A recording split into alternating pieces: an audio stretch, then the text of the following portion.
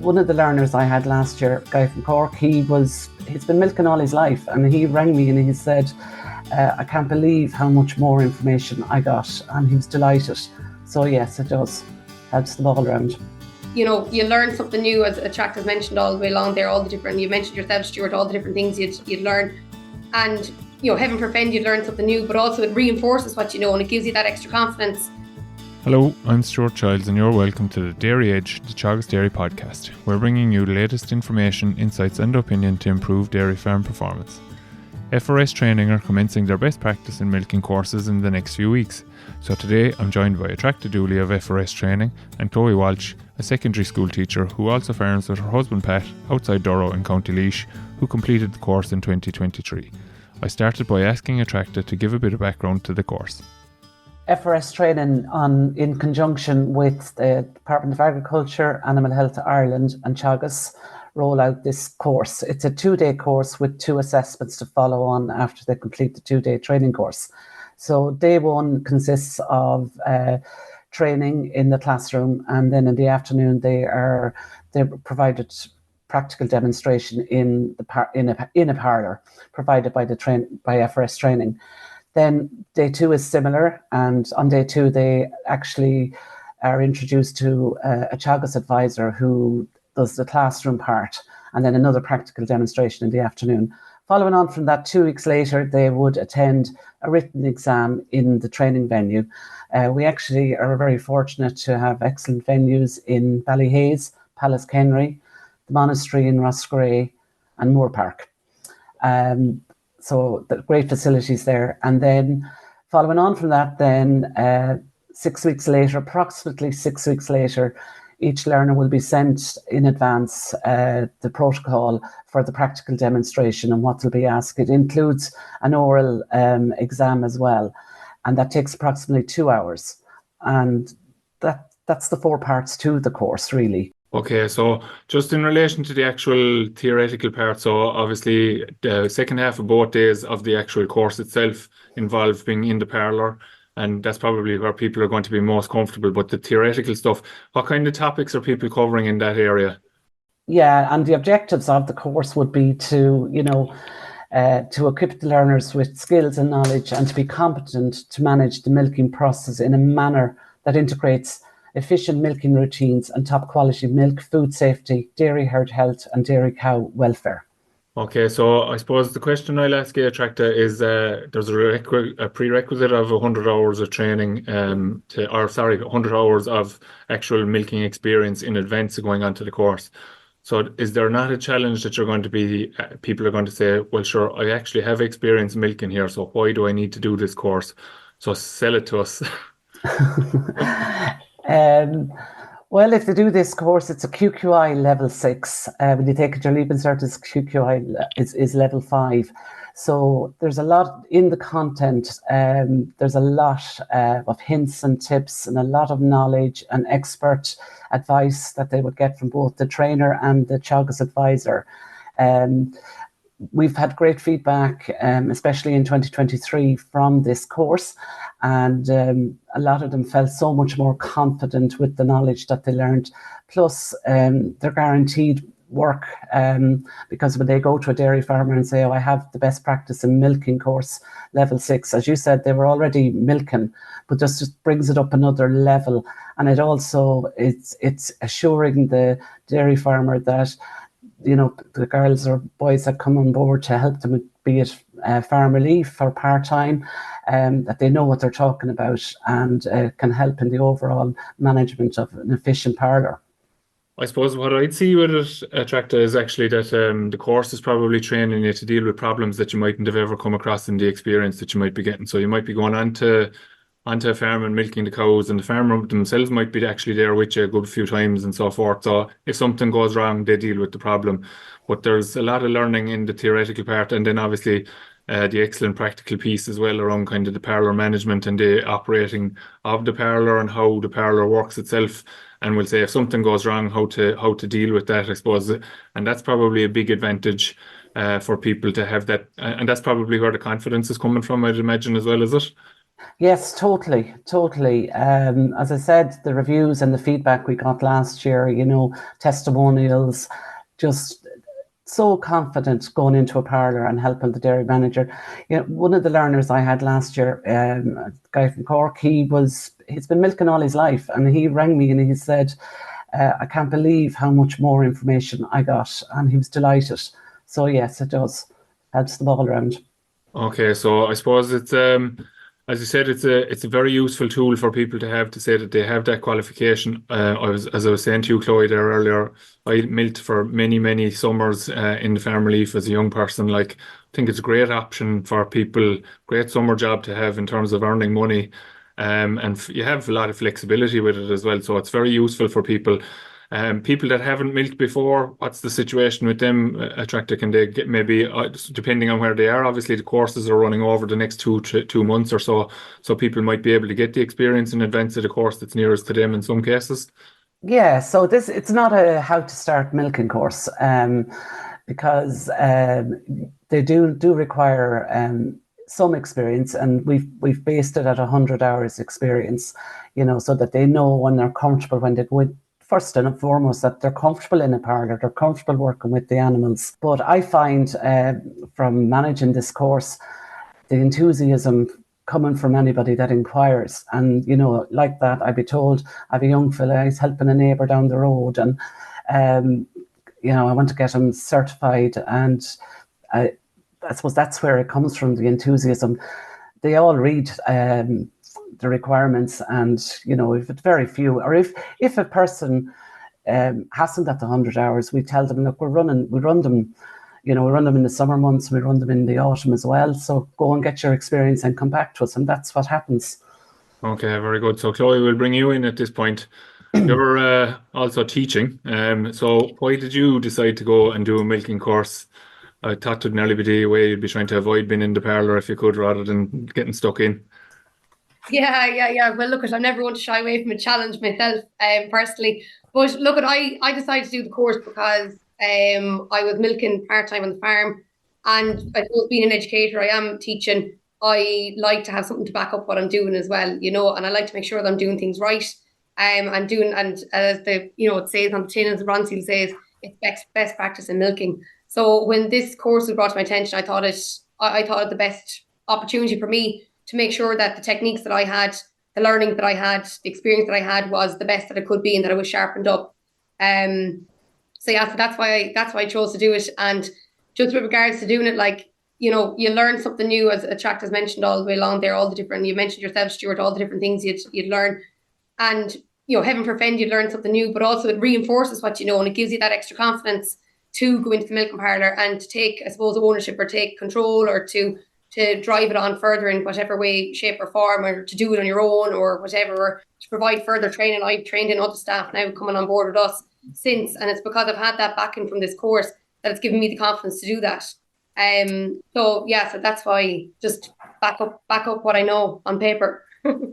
Very good. And I suppose we'll say, obviously, with the fact that you're working as well, you actually had to commit 2 days to the course itself, and then you had to do the practical and assessment, and also the exam. So, it was probably a big step in order to sign up for it in a way, was it? Because you don't have a lot of time to spare, basically. Yeah, absolutely. And my sister-in-law actually pointed the course out to me, and she noticed that when she had seen the advertisement, that some of the dates were during the midterm break at the autumn time, which suited me perfectly. So I signed up straight away for the 2 days.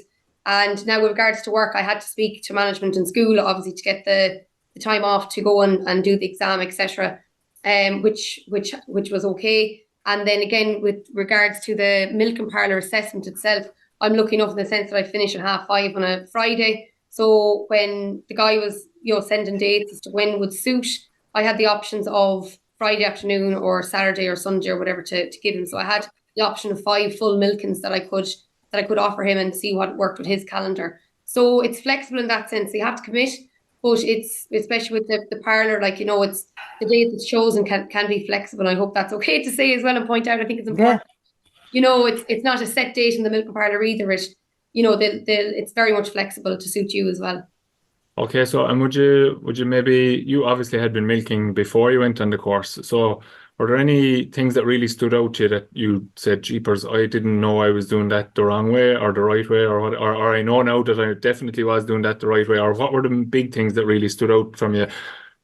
Because we'll say like the standard operating procedures, they're probably things that people that are milking away as normal don't come across unless they actually go to someone else's parlour and see them. So was that something that you maybe latched onto and thought was a good idea, or was it already in place on the farm anyway? Yeah, I suppose. Look, I credit to my husband, credit where credit's due. He didn't do too bad a job training me in, I suppose, as well. But yeah, look, there's always little nuggets of information you pick up. I mean, the knowledge of mastitis, I knew how to identify it, but I didn't know the different types. I didn't know the different causes. Just the when he'd be talking about the different, and E. coli mastitis at home, I'd be nodding away, and I understood there were problems, etc. But just knowing a little bit about them, why they're caused, why it's so important to spray the teats afterwards, etc. That it takes the 30 minutes for the teats to close up afterwards. So it's important to keep the cows upright or outside or whatever, or to have the cubicles lined for them to go back into the shed. I suppose just making all those little links that I knew we had to line the cubicles. I knew it was important to spray the teats. I knew mastitis was a problem. But I suppose by doing the course, all these things began to link together, and you realise the knock-on effect when one cog isn't in the wheel, the knock-on effect for the rest of the dairy routine. And the big thing for me with regards to the course, but the learning was actually the machinery itself. The actual which pipes go where, and I hadn't a clue about any of that. Genuinely hadn't a clue. And if I was to ask my husband, like, tell me about the milk machine, he'd be like, well, what do you want to know? And I was like, well, I don't know what I need to know or what I want to know, but just tell me. And that wouldn't have happened only for Pádraig explain it on the course.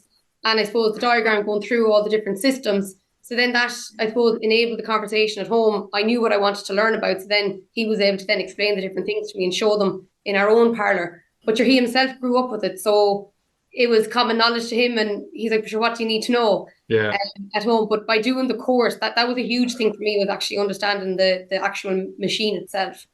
And they say familiarity breeds contempt, like obviously Pat's knowledge of the parlour was kind of a stumbling block almost in terms of trying to transfer knowledge to you about the milking system that you have. Like what else? What would you say to people that are considering, won't I do this? As I said, people see the charge for the course and they might be saying, "Oh God, like why I know how to milk already. Like why do I need to do this?" What's your take? Obviously, you have that kind of lifelong learning outlook anyway, which is great. But like, is there what do you think is going to be the kind of the shunt to make sure people ring Ross Gray and book into their nearest course there over the next couple of months? Yeah, well, look, I mean, dairy business is incredibly important in Ireland. We all know the agriculture sector is a huge component of the economy. Dairy business itself is a huge industry, and it's big business, so it is. And by coming and doing a course like this, it's €300. You might pick up a small nugget of information that could actually save your farm hundreds or thousands, or breed profitability down the line, which would be hugely significant. And I suppose it's only until you do the course and you pick up those nuggets and put them into practice that might make sense to people. But it's to, I suppose, to have the broader picture view on things as well, that it's not just about sitting in the classroom learning.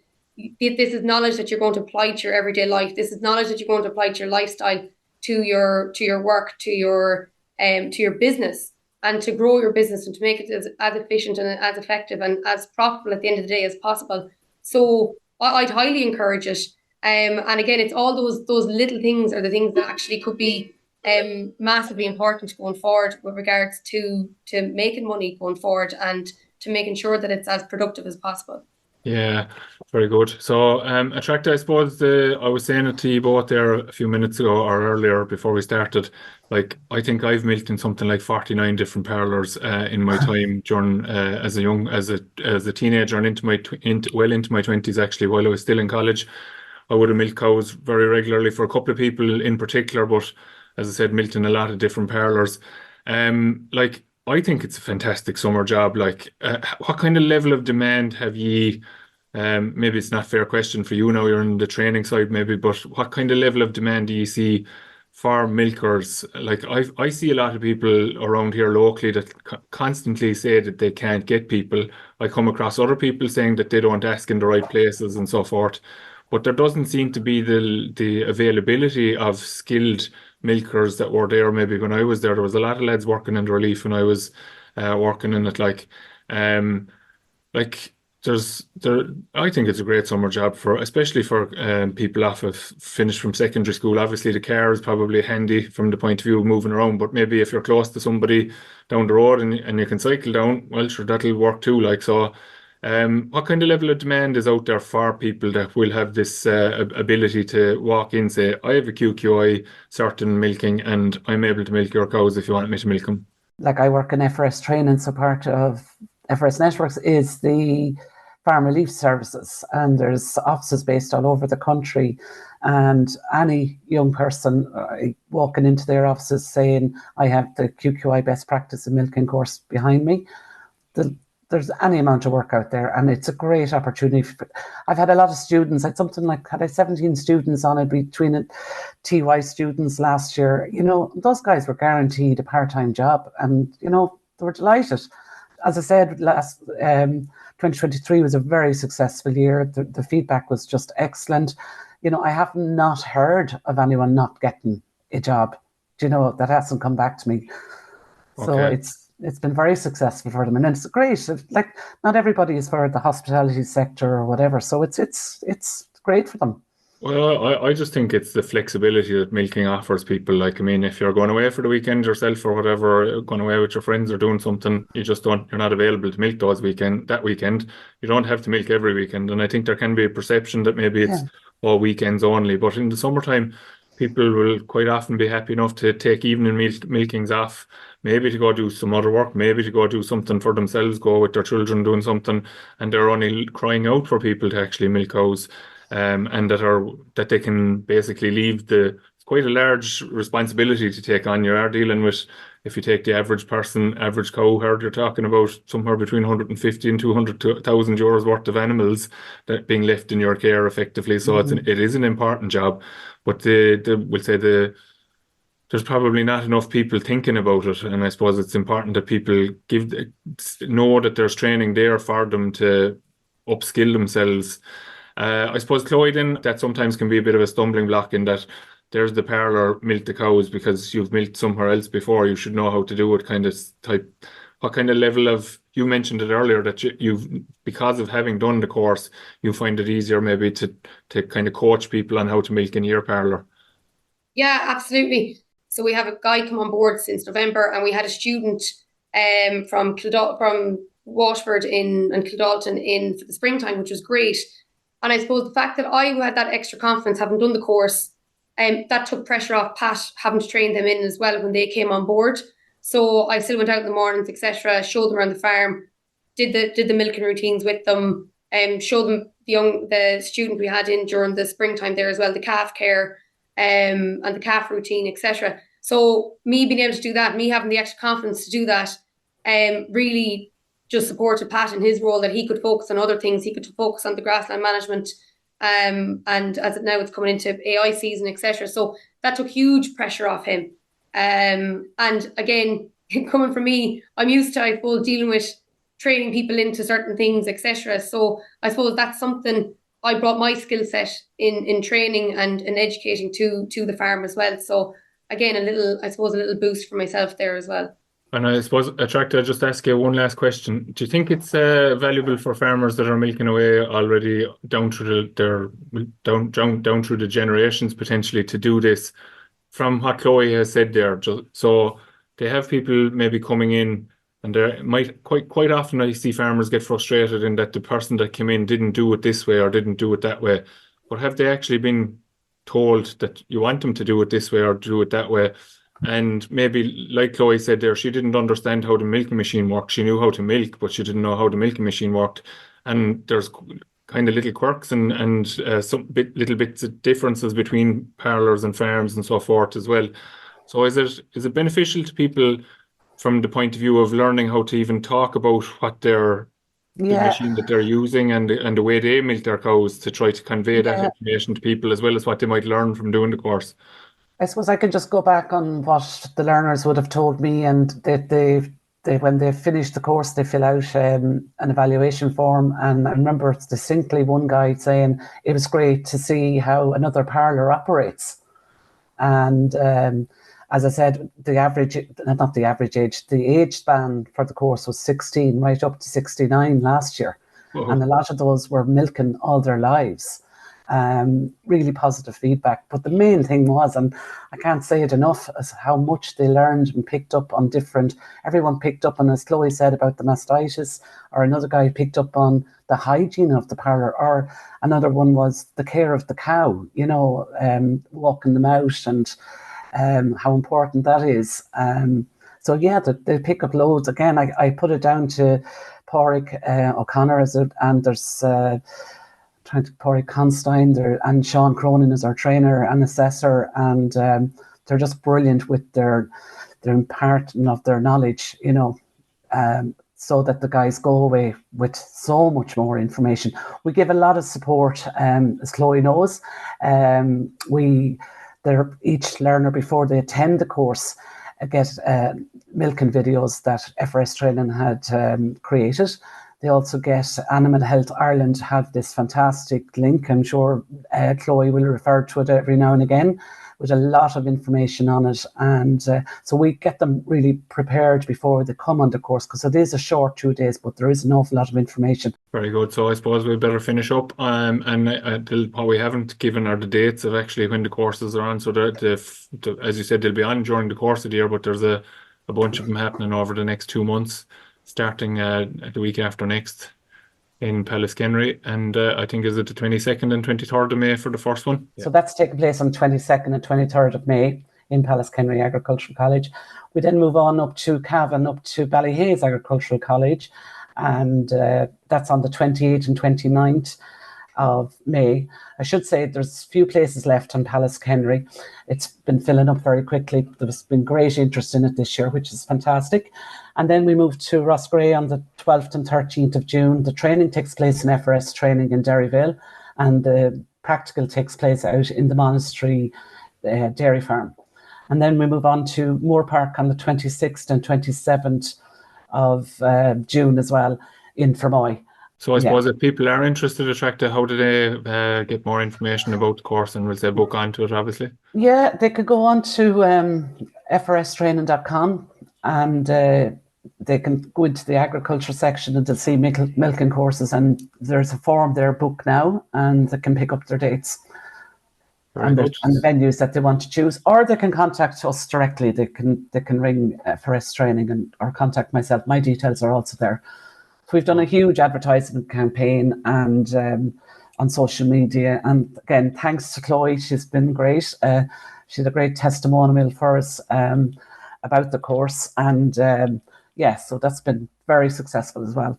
Very good. So I'd like to thank you both for joining me today to promote these courses. We would highly recommend them to people. And as I said, for anybody that's listening in that doesn't already milk maybe and is looking to go about milking, maybe make contact if you haven't any experience. And if you have experience, this is a course that's well worth doing from the point of view of getting some part-time work, which is available pretty much throughout the entire year and has great flexibility associated with it. So I think it's a great option for students. Availability at weekends, coming home from college like I used to do in the past, and all through the summer as well. Like great options, and there's no shortage of people out there looking for people to milk cows. So great scope for earning potential during the summer to fund the college year when you go back to wherever it is you're going to college. So thanks Attracta for coming on, and thanks very much to you, Chloe, for sharing your experience of the course. And we wish you all the best for the summer ahead on your own farm, and we wish you best for the courses as well, Attracta. Okay, thank you. Thank you very much. That's all for this week's episode of the Dairy Age podcast, and my thanks to Attracta Dooley and Chloe Walsh for joining us on this week's show. Don't forget to rate, review and subscribe to the podcast. You can listen on Apple and Google Podcasts as well as Spotify, and for more information go to the Teagasc website at teagasc.ie. I'm Stuart Childs, and join us next time for your Dairy Age.